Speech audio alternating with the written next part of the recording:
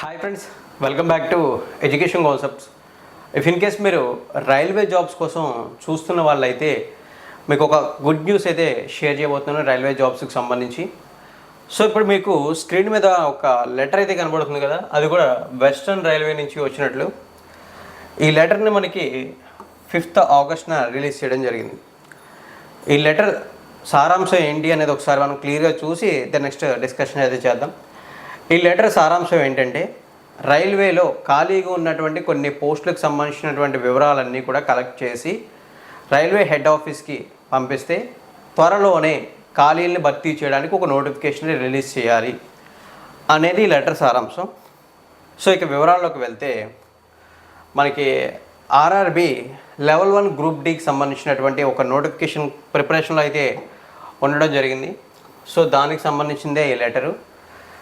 అయితే మనకి ఆర్ఆర్బీలో different Jones అయితే ఉన్నాయో, ఆ జోన్స్ అన్నింటిలో ఏవైతే ఖాళీలు ఉన్నాయో వాటికి సంబంధించినటువంటి ఇన్ఫర్మేషన్ అంతా కూడా కలెక్ట్ చేసి త్వరగా ఆర్ఆర్బీ హెడ్ ఆఫీస్కి ఫార్వర్డ్ చేస్తే వాటికి సంబంధించినటువంటి ఇన్ఫర్మేషన్ అంతా కూడా అనలైజ్ చేసి ఒక కొత్త నోటిఫికేషన్ ఇవ్వడానికి ప్రిపేర్ అయితే అవుతున్నారు.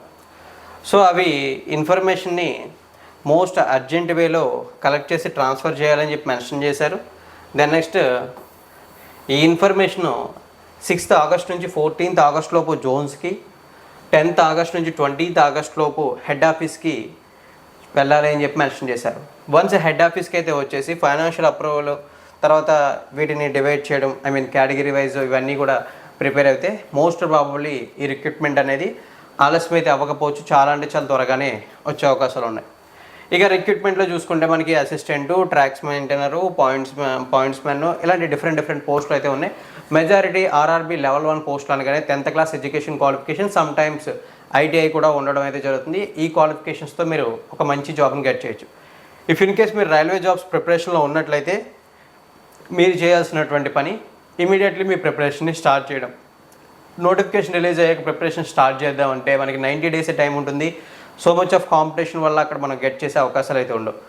ఇఫ్ ఇన్ కేస్ మీరు ఇన్ఫర్మేషన్ తెలిసిన వెంటనే ప్రిపరేషన్ స్టార్ట్ చేసినట్లయితే జాబ్ గెట్టింగ్ రేస్లో మీరు ముందడుగుండే అవకాశం అయితే ఉంది.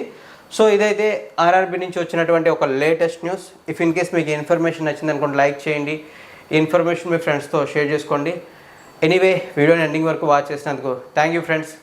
అలాగే మీ అభిప్రాయాన్ని కామెంట్ సెక్షన్లో కూడా కామెంట్ అయితే చేయండి. కొత్తగా మన ఛానల్ విజిట్ చేస్తే సబ్స్క్రైబ్ చేసి నోటిఫికేషన్ బెల్ ఐకాన్ని యాక్టివేట్ చేయండి.